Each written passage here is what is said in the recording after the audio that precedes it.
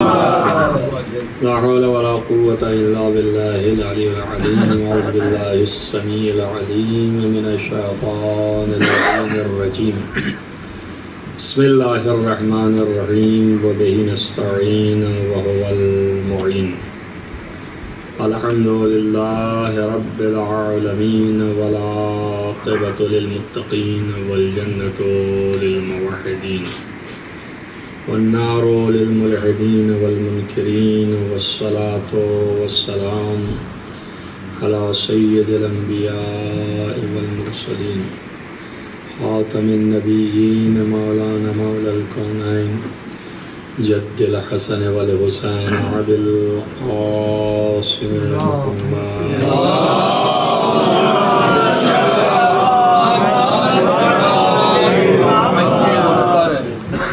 ولا سيما على ابن عمه ووزيره ووصيه وخليفته مطلوب كل غالب غالب كل غالب مولانا علي بن أبي طالب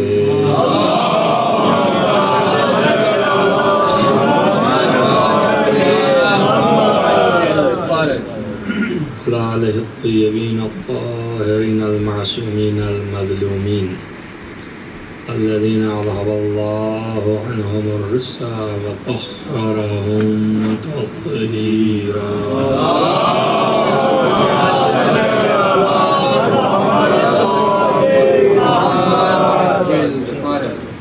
ولعنة الله على أعدائهم أجمعين من يؤمن هذا إلى قيام يوم الدين. أما بعد فقد قال الله سبحانه وتعالى في كتابه الحكيم بسم الله الرحمن الرحيم فاسألوا أهل الذكر إن كنتم لا تعلمون. صلوات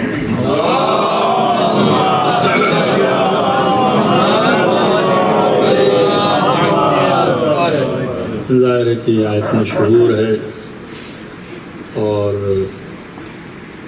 سینکڑوں مرتبہ آپ سن چکے ہیں.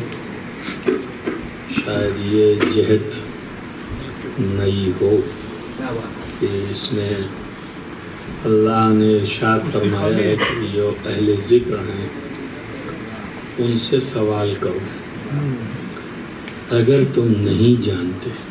ان کنتم لا تعلمون. تو قاعدہ تقابل یہ بتاتا ہے کہ اگر تم نہیں جانتے ہیں تمہیں علم نہیں ہے یعنی تم عالم نہیں تو پھر ان سے پوچھو جو اہل ذکر ہیں یعنی جو عالم ہیں.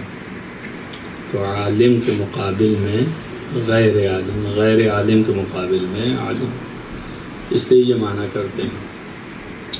اب بحث یہ ہے کہ وہ عالم ہیں کون کہ جن سے پوچھیں، اور یہ قرآن کا کھلا ہوا حکم.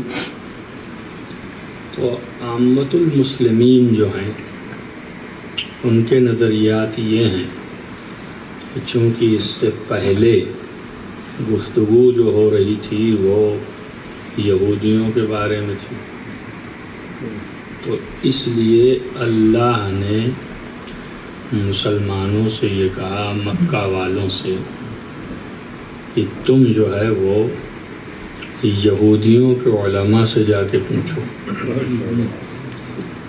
اگر نہیں جانتے ہو تم سے جا کے پوچھو. اب اس کے سپورٹ میں کہ آیا یہ صحیح ہے یا نہیں ہے دلائل قائم کیے جا سکتے ہیں.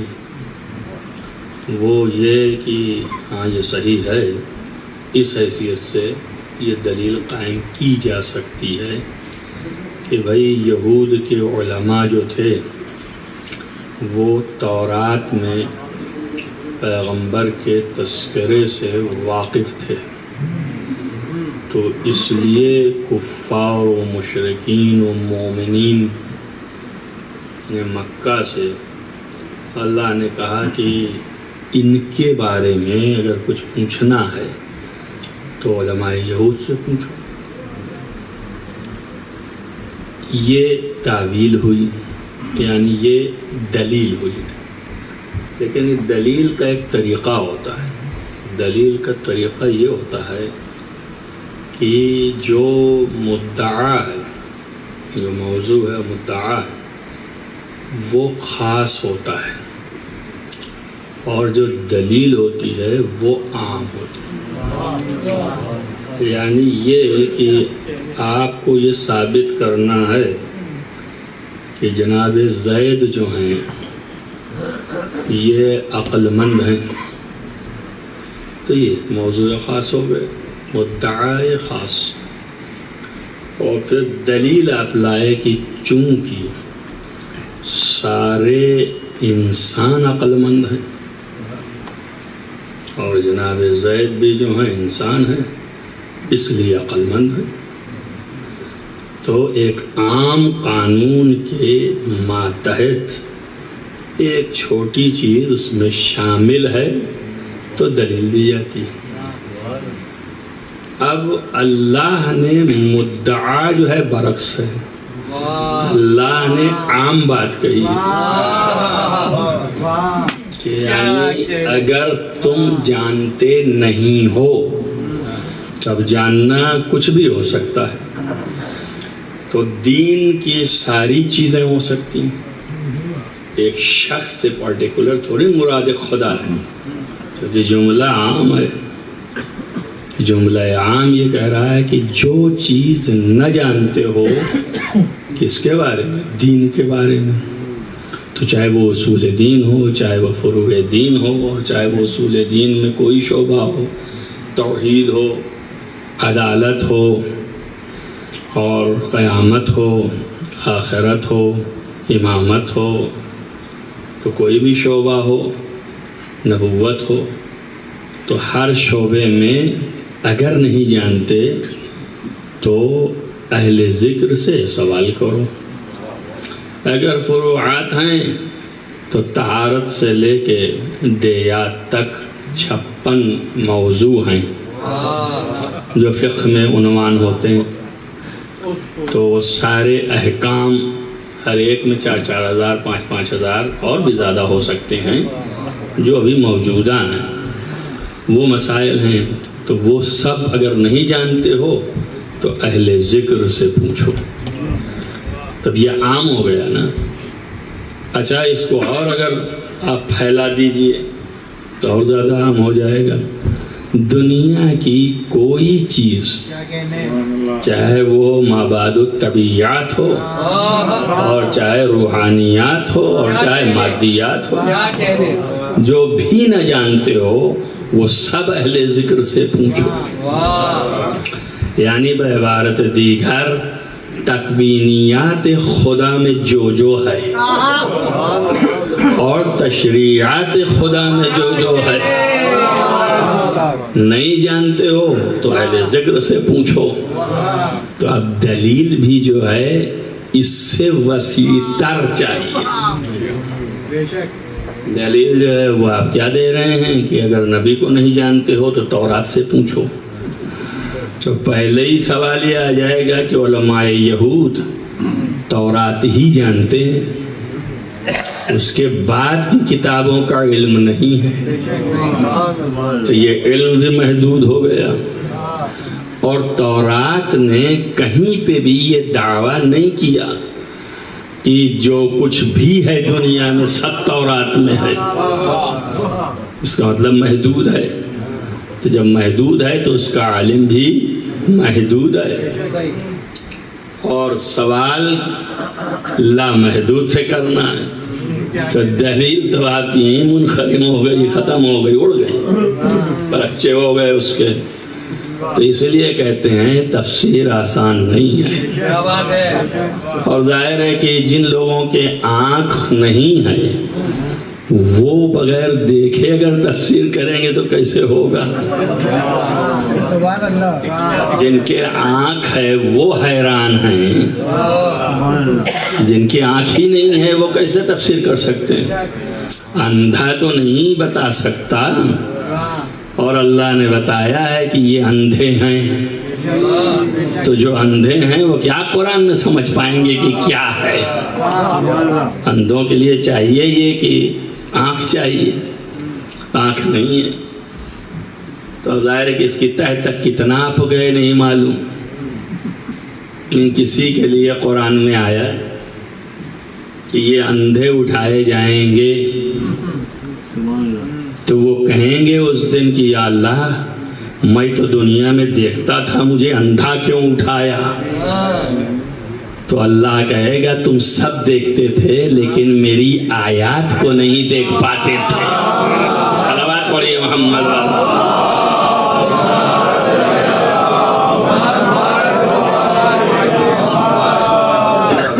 تو آیات اللہ، اللہ کی نشانیاں، آیات کو نہیں دیکھ پاتے تھے، تبھی تم ان کی تکذیب کرتے تھے، ان پر ایمان نہیں رکھتے تھے. اور ایک دوسری بھی معصوم سے بیان ہے اس میں کہ اللہ کہے گا کہ وہاں میں نے تمہیں بصارت تو دی تھی مگر تم نے اس بصارت سے کام نہیں لیا اور اپنے کو اندھا بنا لیا. تو اب یہاں اس کی ضرورت ہی نہیں ہے تمہیں، اسی لیے اندھا محشور کیے دے رہے ہیں. یعنی جاؤ اندھے ہو کر کے. اور اندھا جو ہے جب گرتا ہے تو اس کے لیے ہمارے یہاں ایک محاورہ بن گیا کہ اوندھے گر گئے. توجہ کرو میری بات پر. یہ ادب کے آشنا لوگ ایسے نہیں تک بندی والے، ادب والوں کی بات کر رہا ہے. صلوات پڑھیے محمد.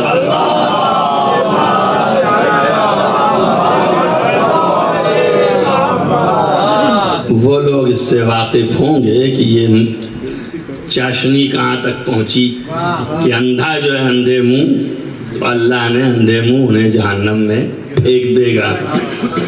تو ظاہر ہے کہ یہ اندھا ہے اور یہ ہر چیز نہیں جانتا، اس لیے اندھا ہے کہ ہماری آیات کو دیکھا نہیں. تو امام سے پوچھا بھی کہ پھر اللہ کی کون سی آیات ہیں کہ جنہیں نہیں دیکھا؟ اس لیے کہ ہم تو حافظ ہیں، ہم تو پورا قرآن پڑھتے ہیں اور حفظ کیے ہوئے ہیں، نظروں کے سامنے ہے اور تصدیق بھی کرتے ہیں. تو پھر کون سی آیات ہیں جنہیں یہ لوگ بھلا دیے تو اندھے اٹھائے جائیں گے؟ تو آپ نے کہا جو سب سے بڑی آیت ہے، اس آیت کو بھلا دیا اور اسے نہیں دیکھا، اس لیے اندھے محشور ہوں گے. ایک صلوات پڑھیں محمد والے.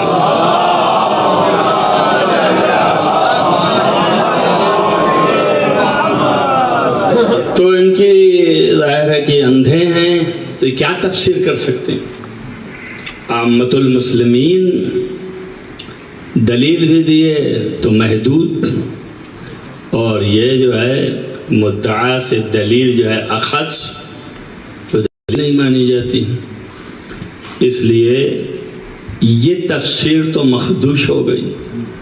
علاوہ اس کے اگر یہی مان لیا جائے کہ یہودیوں کے عالم سے پوچھو اگر نہیں جانتے ہو، اگر یہی مان لیا جائے تو یہودی کا عالم جس چیز کا عالم ہے وہی تو بتائے گا، تو اپنی دین کی تو بات بتائے گا. اور جب اپنے دین کی بتائے گا تو اللہ نے اس دین کو جب منسوخ کر دیا ہے تو وہ ضلالت اور گمراہی کی تعلیم دے گا.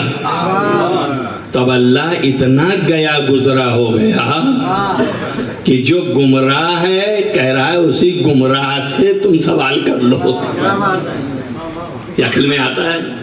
نہیں آتا. شاید آپ کے آتا ہے اس لیے خاموشی ہے آپ کی.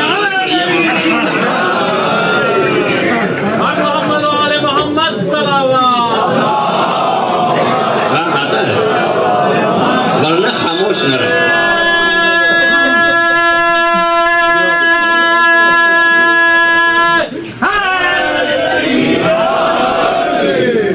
ظاہر ہے کہ وہ جو عالم ہے جس چیز کا اسی کا تو جواب دے گا، اور وہ عالم ہے گمراہی کا. ضلالت کا، اللہ نے اسے ختم کر دیا۔ جب ختم کر دیا تو گمراہی ہے، ضلالت ہے، تو بتائے گا کیا؟ اور اگر اس کے پاس علم ہوتا انہی کے بتانے کے لیے تو وہ خود مانے ہوتا ان کی نبوت کو۔ تو یہودیوں کے علماء نے تو ٹھکرایا ان کی نبوت کو، تو جو نبوت کو ٹھکرا رہے ہیں انہی سے اللہ کہے گا تم بھی انہی سے رہنمائی لو۔ سمجھ آ گئی آپ کو؟ تو معلوم ہو گیا کہ جو رسول اللہ کی معرفت نہیں رکھتے ہیں انہی سے کہہ رہا ہے ان سے معرفت سیکھو۔ ہے ایسا؟ اب آپ سمجھ لیجئے کہ جو لوگ اس پر زور دے رہے ہیں وہ وہی والے ہیں جو رسول اللہ کی معرفت نہیں رکھتے ہیں۔ اپنے ہی ایسا تو سمجھتے ہیں کہ اپنا بڑا بھائی ہے، تو ویسے یہودیوں کے معرفت لینے کو تعلیم دے رہے ہیں۔ تو کیا اللہ ایسا کر سکتا ہے؟ یہ سارے سوالات اس کے علاوہ بھی بہت سے ہیں، ماتھا پچی کرنے سے فائدہ نہیں ہے، اس لیے کہ جب تک بات پہنچ نہ جائے اس وقت تک تو ٹھیک ہے، بات پہنچ گئی تو آپ کے ذہن میں اتنا تو آ گیا کہ اللہ جو ہے وہ کبھی بھی دشمن، ظالم، جاہل، ذلیل، گمراہ سے کبھی نہیں کہے گا کہ تم اس سے سوال کرو، کہیں نہیں سکتا۔ اگر اللہ جو ہے وہ اللہ ہے، عادل ہے، قادر ہے، توانا ہے، مرید ہے، تو وہ کبھی بھی نہیں کہہ سکتا کہ جاہل، عالم، ظالم، کافر، مشرک اس سے تم سوال کرو، کبھی نہیں کہے گا۔ تو اس لیے کہ ظالم ظلم کی طرف کھینچ کے لے جائے گا، جاہل جہل کی طرف کھینچ کے لے کے جائے گا، کافر کفر کی طرف لے کے جائے گا، مشرک شرک کی طرف لے کے جائے گا۔ تو ظاہر ہے کہ وہ تعلیم جو خدا نہیں چاہتا وہی تعلیم دے گا۔ تو کیسے ممکن ہے کہ خدا جسے نہ چاہے اسی کی ترغیب دلائے کہ آپ اسے حاصل کیجئے؟ یہ بھی محال ہے۔ پس اس کا مطلب یہ ہے کہ کوئی اور ہیں جن سے سوال کرنے کو کہا گیا ہے، وہ عالم اور عالم مطلق، اس لیے کہ سوال مطلق اور علم بھی مطلق، جو چاہے پوچھنے والی بات ہے۔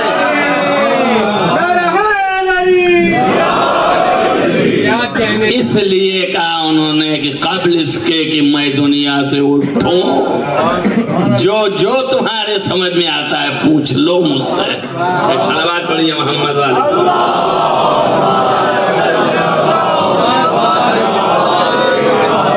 تب اللہ نے کہا جو پوچھنا ہے اہل ذکر سے پوچھو۔ اور یہاں بھی دعوے میں یہ پہلے ہی کہہ دیا تاکہ ذہن میں رہے آپ کے، دعوے میں یہ ہے کہ جو بھی پوچھنا ہے قبل اس کے کہ میں اٹھوں پوچھ لو۔ تو آپ بتائیے دعویٰ دلیل سب برابر کی ہیں کہ نہیں ہیں؟ اور اس کے ساتھ اب یہ دیکھیے کہ یہ کون ہیں؟ جو اہل ذکر ہیں۔ تو اہل معنی صاحب، اور ذکر جو صاحب ذکر ہے۔ اب ذکر کیا ہے؟ تو وہ بھی قرآن میں آیا ہے وَمَا عَلَّمْنَاهُ الشِّعْرَ، میں نے شعر کی تعلیم علمناہو ان کو نہیں دی ہے، ان هو الا ذکر و قرآن مبین۔ اب یہ وہ ہوا وہ، اب اگرچہ وہ نہیں ہے سوائے ذکر کے اور قرآن مبین کے۔ اس سے پہلے کہ میں اس میں کہہ چکا ہوں، مجھے یاد ہے کیونکہ بھی قریب کی بات ہے، سال نہیں گزرے، تو مجھے یاد ہے کہ میں بتا چکا ہوں کہ یہ ضمیر جو ہے یہ اور وہ، یہ بڑی اردو میں گڑبڑ کرنے والی ہے.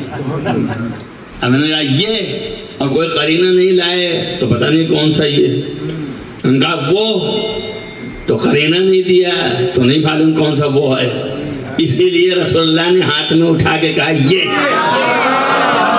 تاکہ بعد میں کوئی نہ کہے قرینہ ہی نہیں تھا. صلوات پڑھیے محمد والے.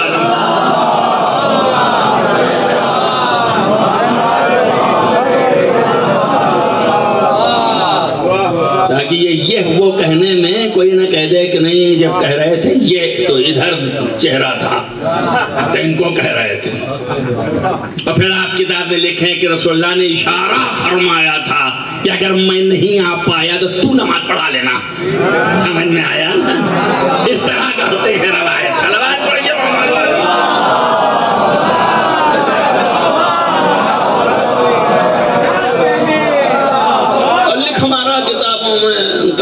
کہا کس نے؟ کہا بیٹی نے. بیٹی نے آ کے کہا ابا آپ کے لیے حکم دیا ہے، اشارہ کیا ہے، آپ ہی کی طرف آ جائیے. اب سارا مسلمان بیٹی کی گواہی کو مان رہا ہے باپ کے لیے. ارے اللہ،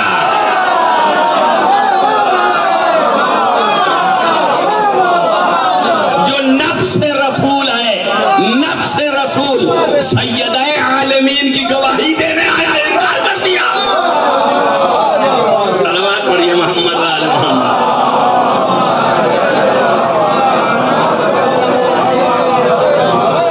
اگر آداب منبر نہ ہوتے تو یہ محاورہ ضرور ترجمہ کر دیتا کہ عقولہم فی دبورہم. صلوات پڑھے محمد وآل محمد.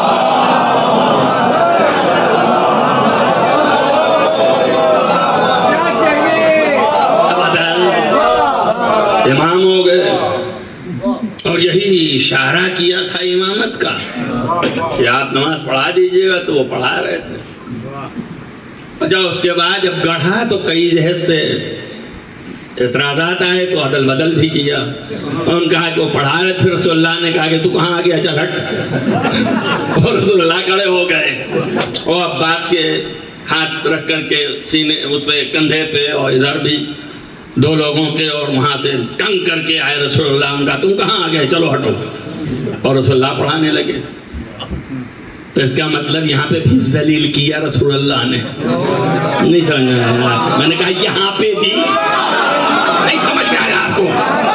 ایک دفعہ قرآن ہاتھ میں دے کے کہا جا تبلیغ کرنے کے لیے وقت لوٹا ہے اللہ، تو وہاں پہ بھی ذلیل کیا، اب یہاں پہ بھی ذلیل کر دیا.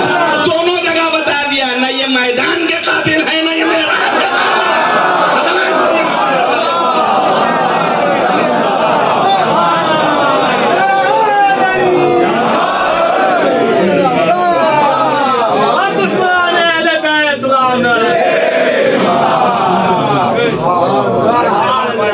آپ بکواس کیجئے، ہم سے بھی بکواس سنیے.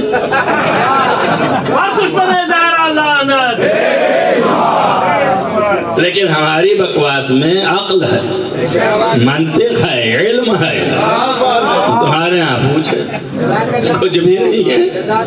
تو آپ اندازہ کیجئے یہ ذکر ان ہوا الا ذکر و قرآن مبین. تو یہ ہوا کیا ہے؟ اور وہ میں نے اس کو نہیں سکھایا، تعلیم نہیں دیا شاعر کی،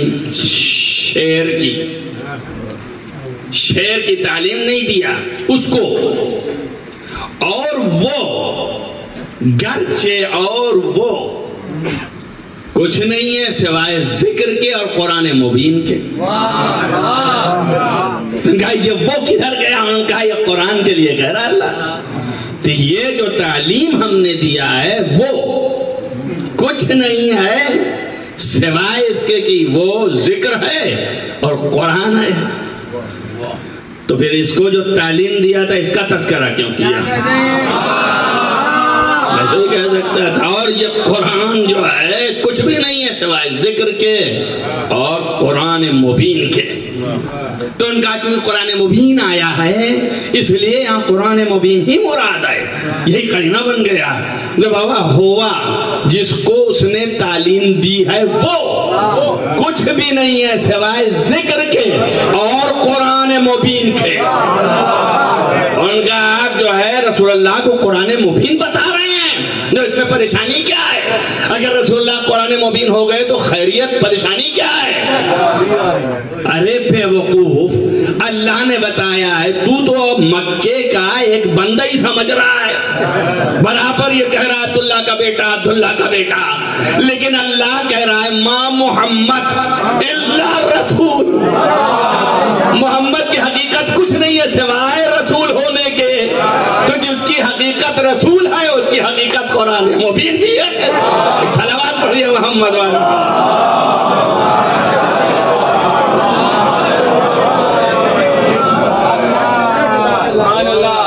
اور رسول کو ذکر بھی کہتے ہیں. دوسری جگہ جائیے سورہ مدثر اور مزمل میں تو آپ کو مدثر میں ملے گا کہ وہاں اللہ نے کہا ہے کہ میں نے نہیں بھیجا الا ذکرن رسولا، سوائے اس کے کہ یہ رسول ذکر بنا کے بھیجا ہے. تو معلوم ہو گیا ہے کہ یہ ضمیر جو ہے یہ پھرے گی رسول کی طرف. زیادہ وہ ذکر ہے اور قرآن مبین ہے اور رسول جس کے پاس ہے اور جو رسول کا مالک ہے وہ اہل ذکر ہے. سمجھ گئی کہانی؟ اور اگر آپ کا زور اسی پہ ہے کہ نہیں یہ قرآن ہے، اس کے معنی قرآن کے ہیں، تو اس کا مطلب یہ ہے کہ جو اہل قرآن ہیں ان سے پوچھو. تو آپ اتنے تو مطلب لینا چاہ رہے ہیں کہ اہل قرآن سے پوچھو. تو اہل قرآن کا مطلب آپ جو ہیں یعنی جس امت کے ہاں نبی قرآن لے کے آئے ہیں اس امت سے پوچھو. یہی تو کہہ رہے ہیں نا. تو میں یہ سوال کر رہا ہوں، اللہ جو کہہ رہا ہے کہ اگر تم نہیں جانتے ہو تو پوچھو اس سے جو اہل ذکر ہیں، تو یہ کس سے کہہ رہا ہے؟ تم تو جانتے ہی ہو، تمہیں تو پوچھنا ہے. سوچو میں کیا کہہ رہا ہوں.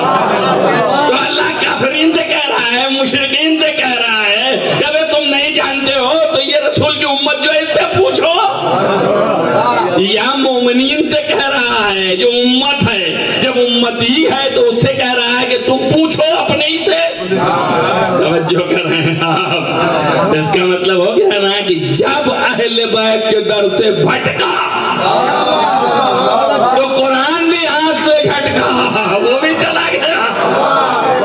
کچھ بھی نہیں ہے اس کے پاس، ہے ہی نہیں، کوئی علم ہی نہیں، سمجھ ہی نہیں پا رہا ہم کیا کہہ رہے ہیں، کیا مطلب ہے.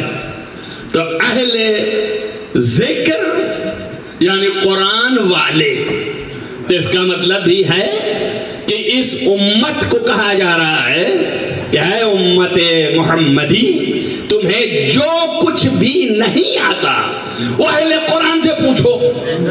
اب اگر تم ہی اہل قرآن ہو جاؤ گے تو تم کو تو آتا ہے، تو تم کو اللہ ایک دفعہ کہہ رہا ہے کہ کچھ نہیں آتا اور دوسری دفعہ کہہ رہا ہے سب کچھ آتا ہے. تو کیا مطلب کیا تم جو ہے وہ اللہ یہ ضد بولے گا. تو اس کا مطلب اہل قرآن، قرآن ہی صحیح، اہل قرآن تم ہی میں سے کچھ ایسے ہیں جو تمہارے علاوہ ہیں، جو اہل قرآن ہے. توجہ کرنا، تم اہل قرآن کیسے ہو؟ پہلی چیز تو یہ ہے اہل کے معنی تو مالک کون ہوتا ہے؟ جس کی ملکیت میں چیز ہو. تو تمہاری ملکیت میں کہاں ہے قرآن؟ تم صبح میں کہیں اور ہو، قرآن کہیں اور ہے. تم کہیں اور رہتے ہو، قرآن کہیں اور ہوتا ہے. تو آپ معلوم ہوا کہ قرآن تو تم سے جدا ہے. صاحب ملکیت اس کے پاس رہے، اس لیے کہ جس وقت کوئی پوچھے گا اس وقت جواب دینا ہے. تو جب قرآن ہی پاس میں نہیں رہے گا تو کیسے بتائے گا؟ تو اس کا مطلب جس کے پاس ہر وقت قرآن رہتا ہے وہی اہل قرآن ہے. اب وہ کون ہے؟ وہ تو نبی سے پوچھئے کون اہل قرآن ہے. اسی لیے کہا ہے کہ قرآن علی کے ساتھ ہے، علی قرآن کے ساتھ ہے. اسی لیے کہا ہم قرآن اور اہل بیت چھوڑ رہے ہیں. اور اسی لیے امام حسین نے آخری وقت تلاوت کر کے بتایا کہ ہم اہل قرآن ہیں. صلوات پڑھیے محمد وآل محمد.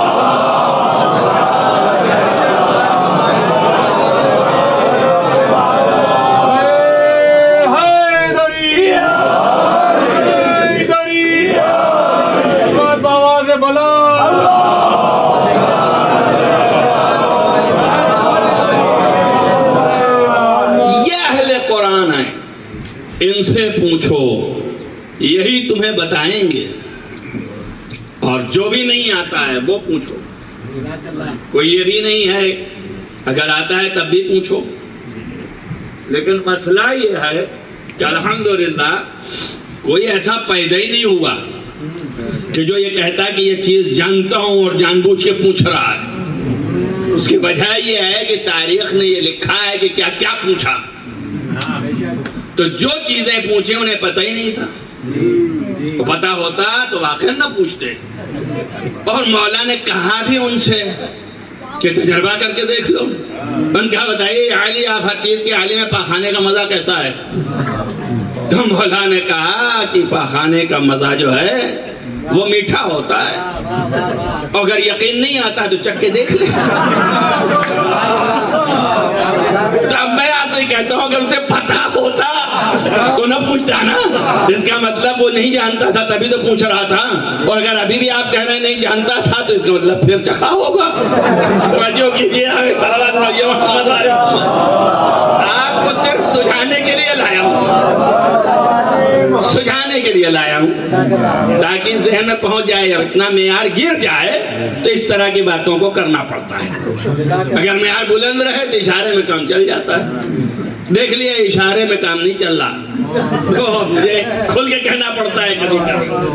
ہم لوگ عادی ہیں اشاروں کے. اتنا جتنا مزہ اشاروں میں ہے اتنا اس میں نہیں. لیکن ٹیوب لائٹ دیر میں جلتی ہے آپ کی. اب پھر اتنا کھولو کہ دشمن بھی سمجھ جائے کہ کیا کہہ رہے ہیں تو پھر لطف ہی ختم ہو گیا. ایک صلوات پڑھیے محمد علیہ.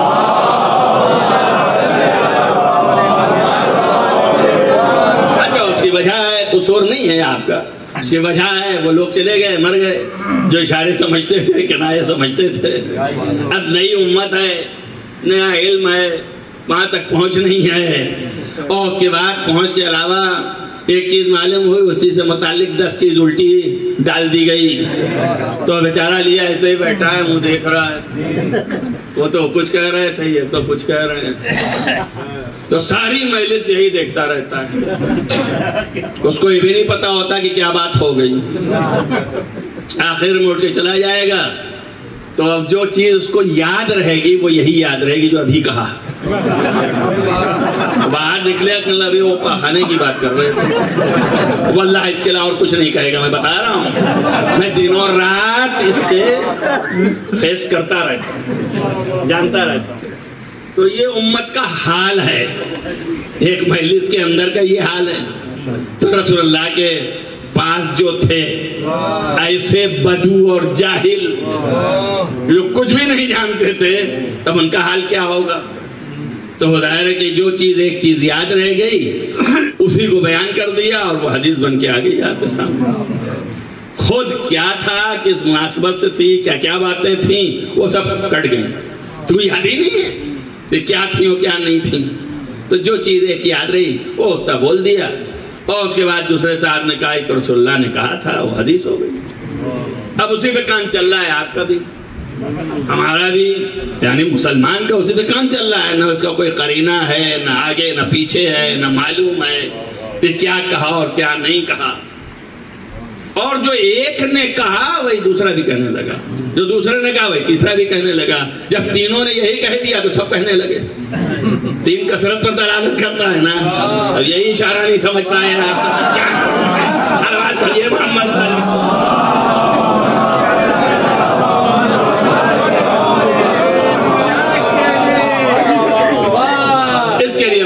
الگ ہوتا ہے جو وہیں سے وہ بولتا ہے۔ تو آپ سمجھئے کہ کیا معاملہ ہوا، جو ایک نے کہا وہی دوسرا، جو دوسرا وہی تیسرا، اور چوتھا اور پانچواں، اور پھر کثرت سے وہی چیز آئے۔ انہوں نے کہا رسول اللہ نے تو کسی کو کچھ نہیں بنایا، اگر کوئی اہل ذکر ہوتا ہے تو اس کو رسول اللہ بناتے، کہتے کہ میرے بعد یہ، پھر ان کا پھر تو اختیار ہے امت کو، جس کو چاہے اس کو امام بنا لے، اور کیا، جس کو چاہے اس کو بنا لے۔ زیادہ سے زیادہ رسول اللہ نے اشارہ کیا تھا وہ بھی جماعت پڑھانے کا، جو جماعت پڑھانے کے قابل ہے وہی امام بھی ہو سکتا ہے۔ آپ سوچئے اور غور کیجئے، فکر کیجئے، رسول اللہ نے نہیں کہا کچھ، اب ساری امت اسی پہ لگی نہیں، کروڑوں کی تعداد میں کہتے پھر رہے ہیں۔ تھوڑے سے بیچارے شرزماتن، تھوڑے سے ہیں جو بیچارے کہتے ہیں نہیں وہ تو غدیر میں ہاں تو بنا دیا تھا۔ اچھا لکھتے یہ بھی ہیں کہ غدیر میں واقعہ ہوا، اور بالکل ہوا، اور رسول اللہ نے اٹھا کے کہا اور سب کچھ ہے، مگر امام تھوڑی بنایا تھا۔ اللہ اکبر، اس سے زیادہ بین بیعت نہیں ہوئی اسلام میں، توجہ کرو میری بات پر، اس سے زیادہ متحد بیعت نہیں ہوئی اسلام میں۔ ابو بکر کو سقیفہ میں جن لوگوں نے بیعت کی اس میں بھی آدھے سے زیادہ انصار مخالف تھے، لیکن یہاں سارے صحابی موافق تھے، اور سب نبی کے سامنے علی کے ہاتھ پر بیعت کیے غدیر میں۔ توجہ کیجئے آپ، تو بیعت لینے کا خمار اگر ہے تو صرف آل محمد کو ہونا چاہیے، کسی کو حق نہیں بیعت لینے کا سوائے علی اولاد علی کو۔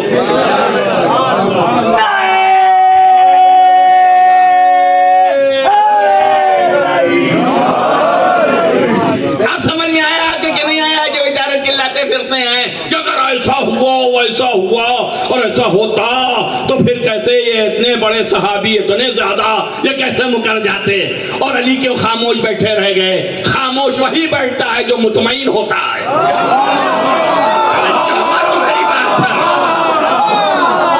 وہ تو دنیا کو پیغام دے رہا ہے کہ مجھے کیا لینا دینا، بیعت تو تم نے کی تھی اور آج بیعت تم ہی توڑ رہے ہو۔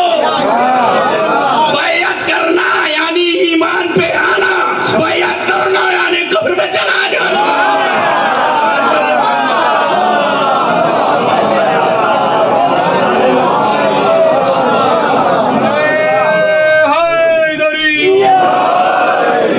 یہ بھی عجیب ہے، قرآن اٹھا کے دیکھ لیجئے آپ، قرآن میں رسول اللہ نے نہیں کہا، ہمارے رسول اللہ جو تھے جن کے اوپر قرآن نازل ہوا ان کی زبانی اللہ نے نہیں کہا کہ فمن تبعنی فإنہ منی، بس جس نے میری تابعیت کی اور اتباع کیا وہ مجھ سے ہے، انہوں نے نہیں کہا۔ پورا قرآن چھان ڈالیے، کہیں رسول اللہ نے نہیں کہا۔ کہا کس نے؟ قرآن نقل کرتا ہے، کہا حضرت ابراہیم نے کہ فَإِنَّهُ مَن تَبِعَنِي فَإِنَّهُ مِنِّي، جو میری پیروی اطاعت اتباع کرے وہ مجھ میں سے ہے۔ میں آج تک حیران ہوں کہ ابراہیم کی بات کو دہرا رہا ہے اللہ، ابراہیم سے کیا لینا دینا ہے یار؟ رسول اللہ ہیں، ان سے کہلواتا ہے کہ جو میری پیروی کرے وہ مجھ سے ہے۔ رسول اللہ سے نہیں کہلوا رہا، ابراہیم کی بات نقل کر رہا ہے۔ میرے کچھ سمجھ میں نہیں آیا، اتنا ہی سمجھ میں آیا کہ اسے رسول کے بارے میں بتانا ہی نہیں ہے۔ توجہ کرو میری بات پہ، اسے تو امام کے بارے میں بتانا ہے، اور ابراہیم پہلا امام ہے۔ ارے اللہ سمجھدار ہو، دوست نے کہا ابراہیم تم کہہ دو کہ جو امام کی پیروی کرے گا وہی مجھ سے ہے۔ توجہ ہو گئی آپ؟ ایک صلوات پڑھیے محمد والے محمد۔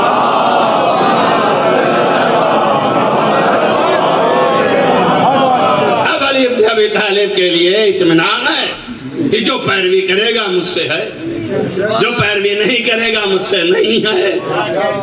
بلکہ اتنا ہی نہیں ہے، بلکہ یہ بھی ہے کہ ائمہ نے فرمایا ہے کہ نحن بری منہم، توجہ کریں آپ، ہم ان سے بری ہیں، بری سے براعت ہے۔ یہ جو باولے کہتے پھرتے ہیں کہ یہ تبرہ کہاں سے آیا، تبرہ کہاں سے آیا، ان والوں کے تمیز دینا چاہتا ہوں کہ دیکھ ائمہ تبرہ کرتے تھے اور کھلا کرتے تھے۔ صلوات پڑھیے محمد علیہ۔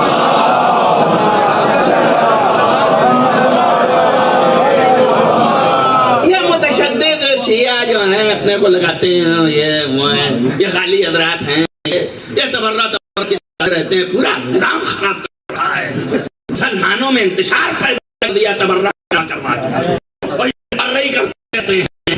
اللہ اکبر کہتے وقت یہ تو سوچ لے کہ کس کو کہہ رہا ہے، یہ ہم ہی تبرہ نہیں کر رہا ہے، ائمہ کر رہے ہیں، بنس سے کہہ رہے ہیں یہ نحن بری منہم، ہم ان سب سے بری ہیں۔ اور ایک لفظ اور یاد رکھیے، ہر جگہ تبرہ کرنے میں امام ہی کرتا رہا ہے۔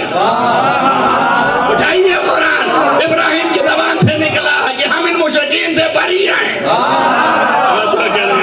تو یہ بھی ایک کافرین کی لفظ نہیں آئی، عجب ہے، کافرین سے تبرہ نہیں ہے، مشرکین سے ہے۔ یہی تو ہم بھی کہہ رہے ہیں، جو اللہ کے امر میں شریک کرے، جو اللہ میں شریک کرے، جو اللہ کے امر میں شریک کرے، اور سب سے ہمیں تبرہ ہے۔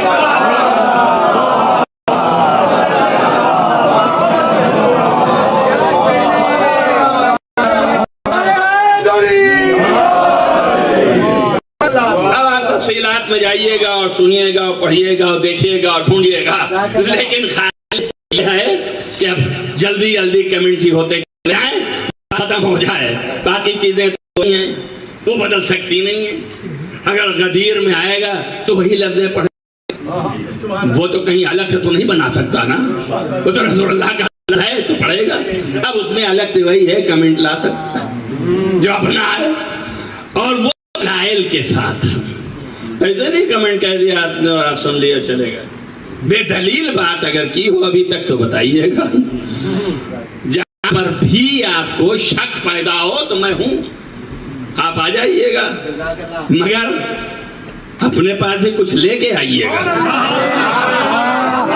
ایسے نہیں کہ فالتو سب اٹھایا اونٹ کی طرح چلے آئے، کچھ نہیں سمجھ رہے ہیں، کچھ نہیں جانتے ہیں اور چلے آئے، آخر میں کیا اور 3 دفعہ چلے گئے، یہ بھی اونٹھی کی طرح ہے۔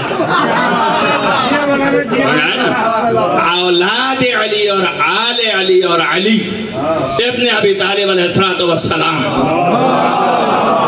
معیار ہیں، ان کی ساری چیزیں معیار ہیں ہمارے ایمان کی۔ ہم اتنا ہی چاہتے ہیں کہ آپ کے دل میں جڑ پکڑ جائے، اگر کوئی آ کے اکھاڑ گیا تو میں پھر ڈالنا چاہتا ہوں، میں صحیح کھانا کچھ نہیں ہے، آپ کی اکھڑی تو بڑھ جائے، اس لیے کہ یہ جڑ جب تک رہے گی یہی کام آئے گی، تو اگر نہیں رہی تو پھر کوئی کام نہیں آئے گا۔ اصلی یہی ہے کہ جڑ اکھڑنے نہ پائے، تو اگر اکھڑ گیا کوئی تو میں پھر چاہ رہا ہوں ثابت ہو جائے، اس لیے کہ دن و رات میں محمد صلی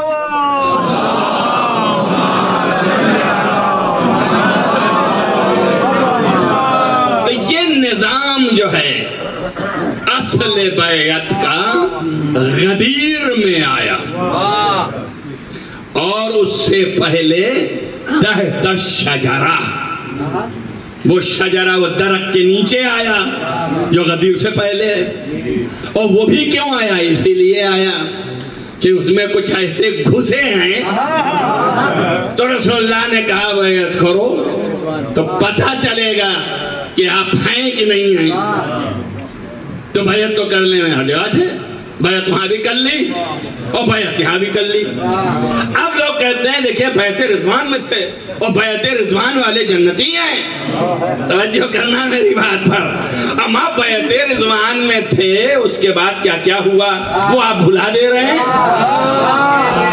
آپ بھلا دے رہے ہیں، ٹھیک ہے بیعت رضوان سے جنتی بنا رہے ہیں؟ بیعت غدیر میں بھی تو تھے. اللہ اکبر. جیسے وہاں بھلایا ویسے یہاں بھلایا. تو معیار غدیر کی بیعت ہے. کیوں؟ اس لیے کہ آخری بیعت ہے. میں کچھ کہنا چاہ رہا ہوں, سمجھ لیجئے بات کو. اور ان کا بیعت رضوان میں رہے ہوں گے. بعد میں جو گڑبڑی ہوئی, انہوں نے کہا کہ کوئی گڑبڑی جو ہوئی وہ بہرحال رسول اللہ, لیکن رضوان میں تو تھے, رسول اللہ نے کچھ کہا نہیں. تو آخری بیعت رسول اللہ نے لے لی. اب اس کے بعد کوئی بیعت ہوئی نہیں. توجہ رہے آپ کو. اب اگر اس بیعت سے پھر گیا تو رضوان سے بھی پھر گیا. اب کہا نا کہ معیار علی کی بیعت ہے. معیار علی کی بیعت ہے. کوئی انسان کسی کو امام نہیں بنا سکتا, اس لیے کہ انسان اگر بنائے گا تو وہ اس کا ممنون احسان ہوگا. بارہا مجلس نے کہا ہے کہ میں جمہوریت کا مخالف ہوں. ظاہر ہے کہ اگر آپ ہمارے یہاں کے بیعت کریں گے تو ہم آپ کے چہرے سے پہچانیں گے بڑی فعالیت کی آپ نے, اور آپ نے ہم کو یہاں تک پہنچا دیا. تو آپ جب بولیں گے تو ایسی بات نہ بول دیں کہ آپ کے خلاف ہو جائے. تو ہم آپ کا خیال کریں گے, اللہ کا تو نہیں کریں گے نا. توجہ کرو. اسی لیے علی ابن ابی طالب کو جب زبردستی لوگ بیعت کرنے آئے تو آپ نے ہاتھ نہیں بڑھایا. اور انہوں نے کہا نہیں. جب لوگوں نے کہا ارے ٹھیک ہے, اب آپ کے علاوہ کوئی ہے ہی نہیں. توجہ کیجئے گا میری بات پر. جب یہ اعتراف کر لیا کہ آپ کے علاوہ کوئی نہیں ہے اور آپ ہی تھے اور ہیں, اللہ نے ہاتھ بڑھا دیا. صلوات پڑھ دیجئے محمد والے.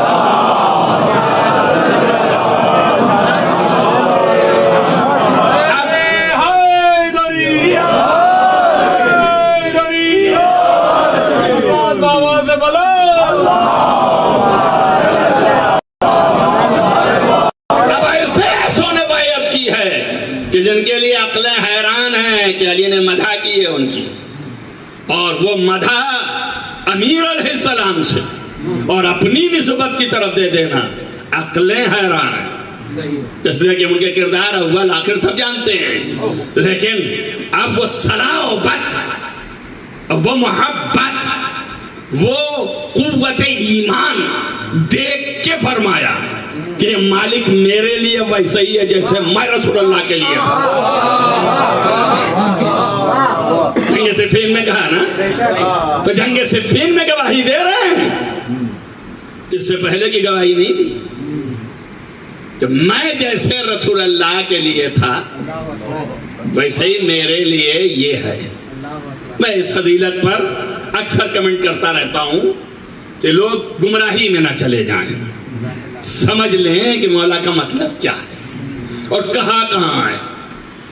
میں تو ہر چیز میں نبی کے لیے کیا ہوں دنیا جانتی ہے, لیکن میدان جنگ میں وفاداری میں جیسے میں کبھی نہیں بھاگا میدان سے, ویسے ہی مالک اشتر جمارہ کبھی نہیں ہٹا. یہ ایک چیز کی تعریف ہو رہی ہے, شجاعت, صلابت اور ماننا ولایت کو. اگر مانا دیکھیں تو بہت بڑا ہے, اس لیے کہ اسی میدان میں میں وفادار تو میں نہیں بھاگا. کیا مطلب؟ تو وہ بھی میں نے تشنا نہیں رکھا. اگر ہوتا ہم لگاتے, یہ لگاتے, وہ لگاتے تو کہتے ان کا کمنٹ ہے. وہ تو خود ہی مولا سے رسول اللہ نے پوچھ لیا کیوں نہیں بھاگا.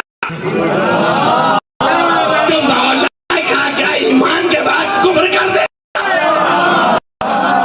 سمجھ میں آیا. تو مالک اشتر بھی نہیں ہٹا, کیوں؟ اس لیے کیا ایمان کے بعد کفر کر دیتا. تو وہاں کون تھا؟ وہاں رسول اللہ تھے. رسول کے اقرار کے بعد انکار کرنا کفر. یہاں علی تھے, انکار کرنے پہ کفر. تو علی نے صفین میں بھی بتا دیا کہ غدیر کے اقرار کے بعد انکار کیا تو کفر.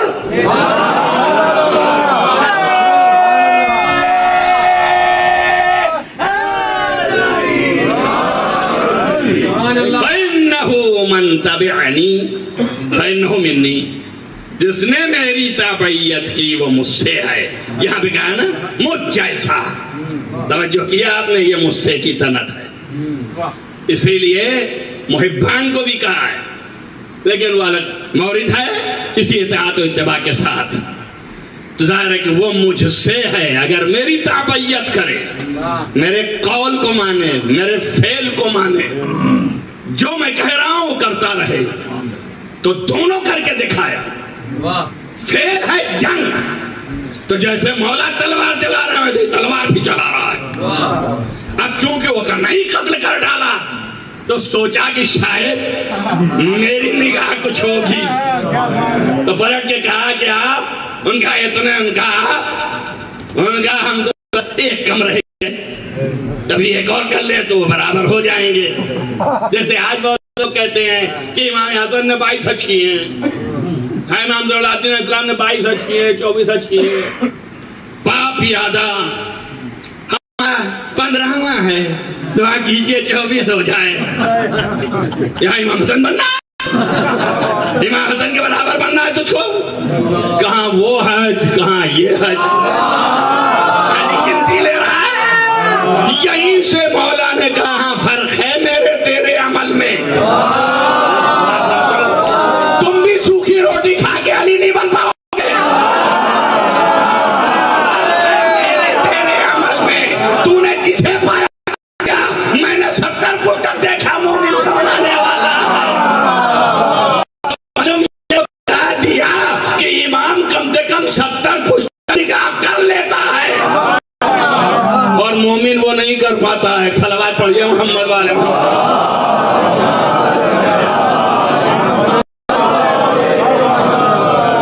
دوسرا فعل یہ تھا, پہلا قول, تو فعل میں ساتھ رہے. جیسے انہوں نے قتل کیا ویسے انہوں نے قتل کیا, جیسے جیسے تلوار چلائی ویسے ویسے, جہاں جہاں مولا کی نگاہ رہی کہ یہاں مارو وہاں مارو, تو وہاں تک پہنچ گئے مارنے. تو فعل میں تابعیت کی مولا کی. اب قول کی اتباع کیسے ہو, جو کرو میری بات, انتہائی مراتب ہیں جناب مالک اشتر کے. جب آخری بار رہ گیا اور مولا نے کہا پلٹا,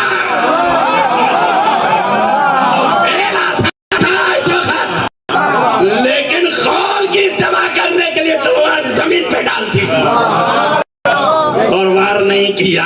بتا دیا قول کا بھی تابع ہوں, فعل کا بھی تابع ہوں. جو کسی کے قول و فعل کا تابع ہو وہی اس کو امام مان رہا ہے.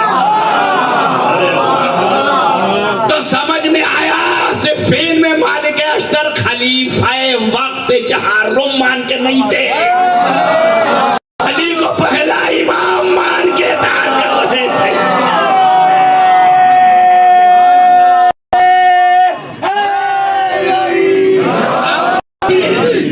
آپ کے جواب کے لیے کہ محکم ہو جائے, تو جو خلیفہ چہارم مانتے تھے اور جو امام اول مان کے کر رہے تھے, ان کا یہی فرق ہے کہ علی نے کہا جنگ کرو تو انہوں نے کہا نہیں کریں گے, اگر بلاؤ گے نہیں تو ہم تمہیں مار دیں گے. یہ چوتھے والے تھے اور مالک اشتر پہلے والے تھے. تو آپ تو پتا چل گیا صفین میں بھی آپ کو کہ علی کے ماننے والے تھے. اب اسی کے پہچان کے لیے قیامت تک کیسے پہچانے, اب تک جنگ ہونی ہے آپ کو اس طرح کی, اور نہ آپ وہاں جائیں گے نہ علی ساتھ ہوں گے, تو کیسے پہچانے. تو ان کا ایک ہی طریقہ ہے, وہ یہ ہے کہ ہمارے دشمنوں سے برات کرنا ہے.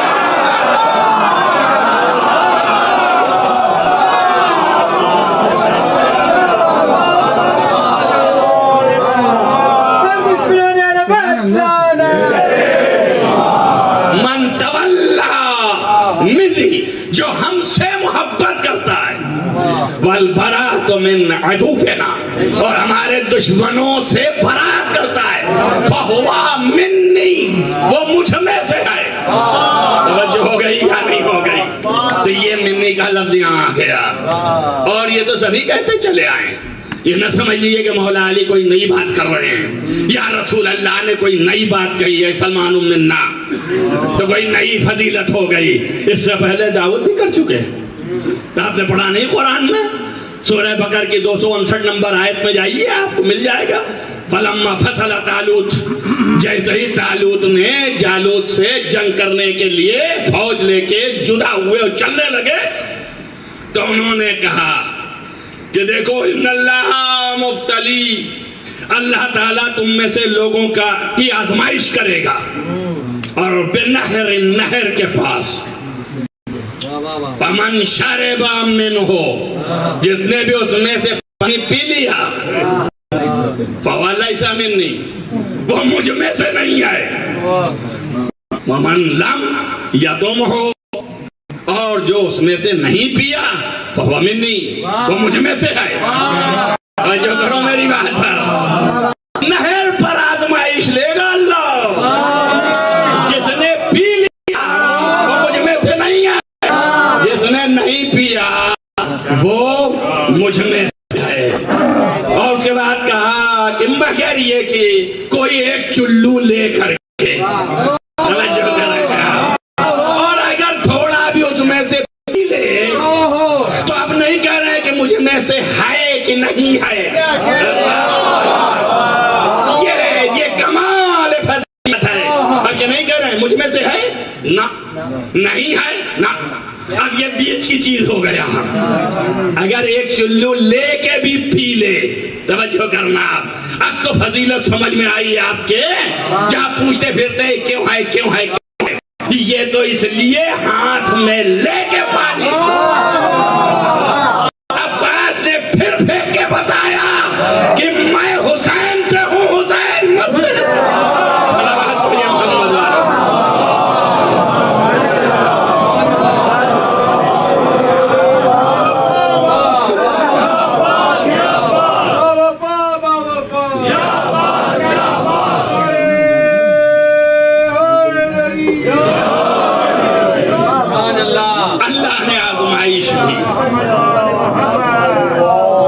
اور یہ لفظیں موجود ہیں کہ آزمائش میں کہ فلم یتم ہو، جو اس کا ذائقہ نہ چکھا وہی مجھ سے ہے. عزیزو، روایتوں میں یہ فقرے ہیں کہ جناب عباس نے جس ہاتھ پہ پانی لیا تھا اس پانی کو پھینکنے کے بعد اس ردا سے گھنٹوں مسلتے رہے. آپ اس کی دقت سمجھے کیا ہے کہ ذرہ برابر خنکی کا ذائقہ نہ آنے پائے، ذرہ برابر خنکی کا ذائقہ نہ آنے پائے تو میں بھی حسین سے ہو جاؤں. ارے اللہ سمجھو کیا ہے، رسول اعظم کہہ رہا ہے انا من الحسین. عباس اپنے کو ثابت کیے کہ انا من الحسین. توجہ کریں، بہت بڑی عظمت ہے یہ.